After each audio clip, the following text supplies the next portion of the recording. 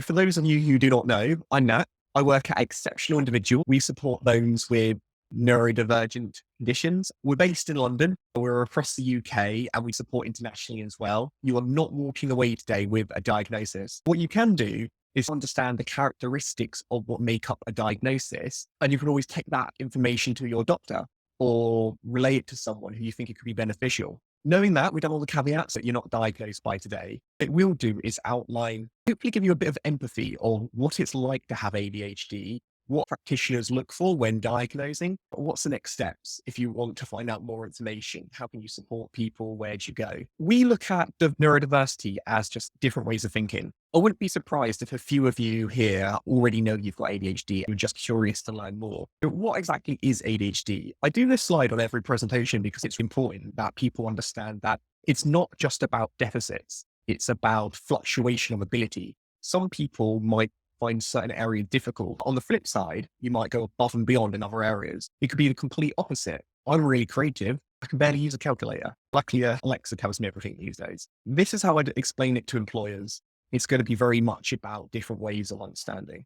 Do I have ADHD? Let's get into it. How often do you have trouble wrapping up final details of a project once the challenging parts have been done? You'd either say rarely, sometimes, or often. When prioritizing your work, what order would you choose? When I was looking for self-help books, things that help you be the best version of yourself, the order that was originally in was considered the best approach. People with ADHD can often struggle to prioritize, to be able to put things in order. Sometimes when you're giving a task, knowing where to start, where the middle should be, and knowing how to wrap it up can all get mixed up. Typically, those with ADHD might do this in a non-typical way to those who do not have ADHD. What time is your next meeting / appointment? When is it? Is it today, tomorrow? Not sure offhand, 2 p.m., 45 minutes. Louise says, I often sort the DVDs out when tidying the house. I did that the other day. Forgot to pack my bags for coming back to London. But we've got quite a few things. Now, that is a common characteristic of ADHD.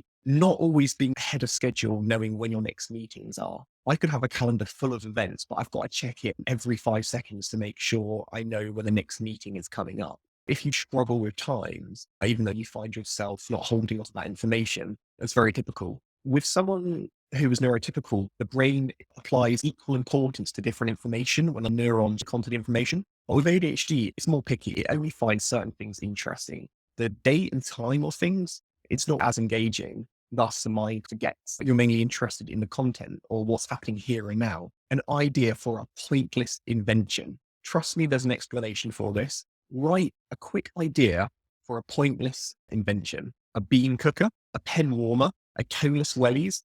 Some of you are coming up with really creative ideas. Toast crush mechanism, light proof window, blocks all light, cold fire.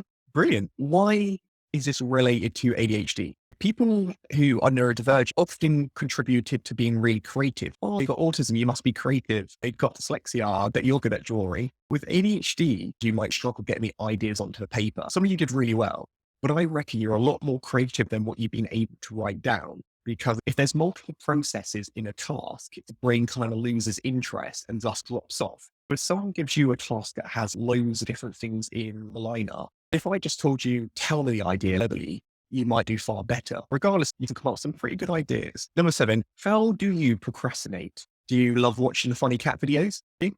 Are you scrolling endlessly for social media? Understanding about why productivity may drop can be really useful because doesn't mean they're unproductive overall. It means it's like different peaks and lows in terms of when you can get the best out of someone. So a lot of you are doing multiple things. If not, you could be on social media, watching cats while eating and drifting off, have a combo. This is all here because people with ADHD, you're probably going to start getting a pattern with a lot of these questions. Procrastination is a real thing. Think about it as the brain being stimulated. In a day-to-day job, you're naturally going to procrastinate. That's why those who have ADHD and other neurodivergence tend to be entrepreneurs. They tend to be self-employed. They tend to have jobs which are more managerial because it allows more creative freedom. If you're starting forth and trying to look at what job should I go for, try to avoid the first stage in a career if possible, because that stage in a career, that is the most difficult for those who think differently. Louise just says she listens to audiobooks and working to able to concentrate. I listen to music all day long because my brain needs continuous stimulation Otherwise, it just gets bored.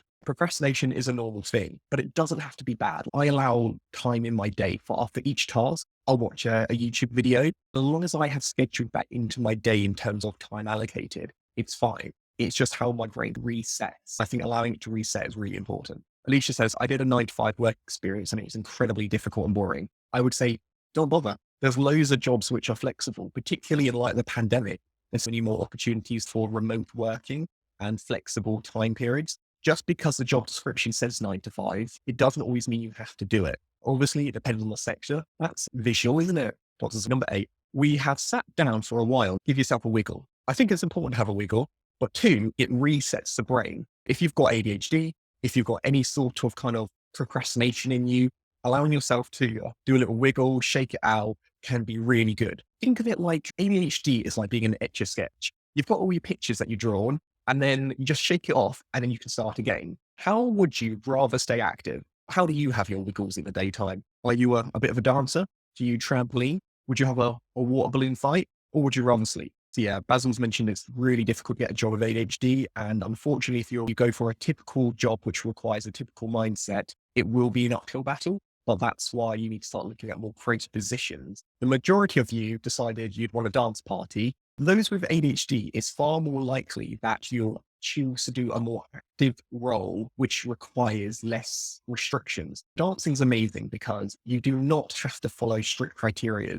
You can do your kind of dad dancing, and that is a perfect expression to allow your body to move. Trampolining's great. Water balloon fight's amazing. There's an important distinction to make between ADHD and attention deficit hyperactivity disorder, and then attention deficit disorder without the hyperactiveness. You can either be one or the other or both. Most people are both.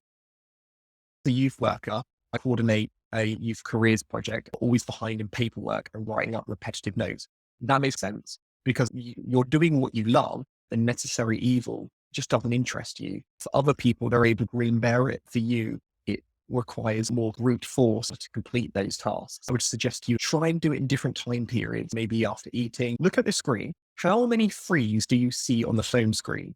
I'll give you a few minutes to think about it. I'm going to do on the next screen, and I want you just to put your best guess. How many threes? Oh, feeling confident? The correct answer was 19. Those with ADHD might find it more difficult to remain attention to detail. If you might take things at a quick glance, which means that mistakes could happen. Maybe you're writing an email, you're drafting a document, you're doing Excel. It can be sometimes difficult to see in between the lines, which is something those with dyslexia might excel in. You can see some differences there. This doesn't always mean it has to be a negative though, because sometimes you need people to see the bigger picture and not the granular detail. For instance, you wouldn't want to get someone with ADHD a Where's Wally book. I think that would just be cruel. But then we're all different. Just so you know, we have a 1 3 there, 1 at the top, the number has a load, the name underneath has a load, we've got a 3 there, under 4, and they're hidden all over the place. If you just took it at face value, I bet some of you only just read the numbers out. How often do you find difficulty keeping your attention when you are doing boring or repetitive work?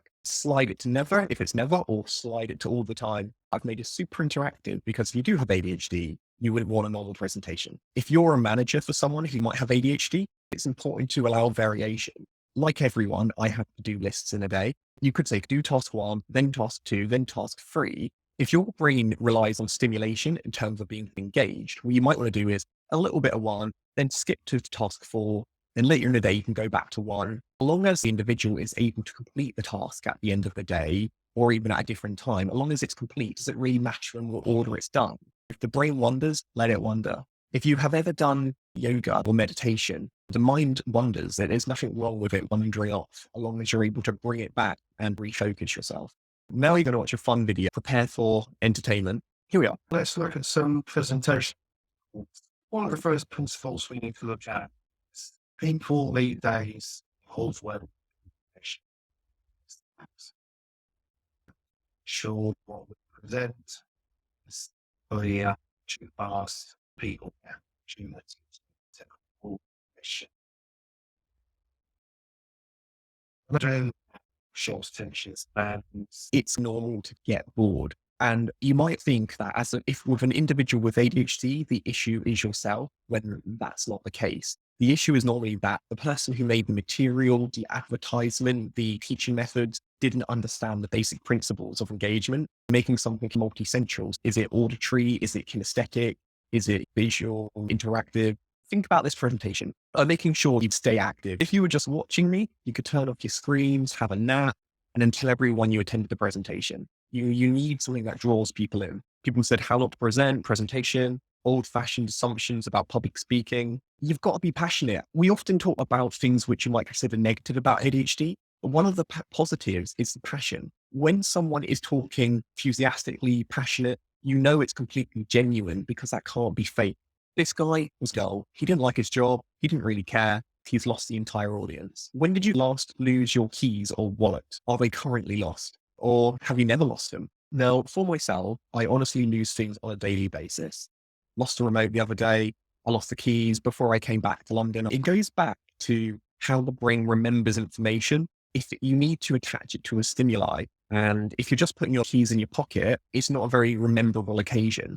Do it an action attached to the motion, which allows your brain to remember. For instance, if you turn the TV on, then you walk around the house, you go do the milk, and at that point, the remote loses importance and you put it down somewhere because the brain has switched attention to something else. It's how people lose things. A good tip is I use tiles, the little things you can get that beeps and tells you where your stuff is. The other day, it was running out of batteries and you've lost your keys. They're in this room, but it wouldn't tell me where in the room. It always reminds me of that moment in Harry Potter where Neville Longbottom has like a rememberable and it changes red. And he's, oh, it means I forgot something. I don't know what I forgot. Yeah, tiles are good. I had 3 new bank cards in 2 months. I went through a lot of bank cards. They started charging me, which they said they never normally do. Alicia, I learned that I remember names better when I associate someone's name with something. If their name is Bob, I'll imagine Bob the Builder, I'll repeat it a few times. That's honestly perfect. I do the exact same thing. There's only so many characters in my head, but everyone I know is attached to one of them. Blobby Betty, or who does someone look like? You might not want to tell them to their face, but it helps. If someone has a name like Fox, I'll always imagine a fox attaching 2 different visual ways of seeing something. And it gives the brain like autosave, like backup. But a lot of you are struggling. I even forget my best friend's names. And you might think that's ridiculous, but it's how like, the brain retrieves information. I think if you're supporting people who have ADHD, you might think, I've already told you this 20 times. How can you keep forgetting? And you really can. It's important to know there's different types of memory. There's long-term and short-term. For something to really sink in, you've got to tell them initially and then repeat it. If someone is struggling to remember things verbally, then write it down. If someone struggles to do that, apply an action to it. Everyone's different, but when you find the kind of combo that works for your mind, you're more likely. Some people have elastic bands when they want to remember something, they'll pinch themselves. There are different ways for people to remember things that work for their brain. Gareth has said, I'm good with names because I tell people that I need their first 3 letters. When I have it, forces it into the right bit of the brain. I always try to apply meaning. Say, oh, that's an interesting name. Why were you called it? It applies a story to that piece of information, which my brain remembers more. Louis says, my friend regularly says, what's my name? I was like, I can tell you your favorite color and place, but name. How often are you distracted by activities or noises around you? Yeah. In the comments, just let me know, how are you distracted? When do you get distracted? Okay, Louise says, this is making me very agitated on edge. Oh dear, I feel sick. What it should hopefully do, give you an idea of what it can be like. Certain things, such as the kettle going, the buzzing of the lights and electricity, the loose bulb, the fluttering of the wind chimes. It could be anything that could really set you off. If you find that you're getting distracted, that is a sign of ADHD, different presentation. It all goes back to the root cause of how the brain is stimulated. If someone makes a loud sound, the brain assumes that this is the most recent piece of information. This must be the thing which requires the most attention, and thus it like bins the other thing. It's not very good at interpreting it's important. A neural brain could easily say, yes, I hear someone clicking a pen. I know that this work I'm doing right now takes priority. With ADHD, the priority is switched around. Alicia says, I have minosphobia. I did not know this was part of ADHD. Yes, a lot of things overlap. Hopefully today connects some dots. I'm not asking you to self-diagnose, but think about how your body reacts. If you have any further questions, feel free to reach out to us. We're always around, and we've got some really interesting webinars coming up. Do sign up, and it'll be more fun and interaction. Have a good day. You've been lovely, and hope you learned something.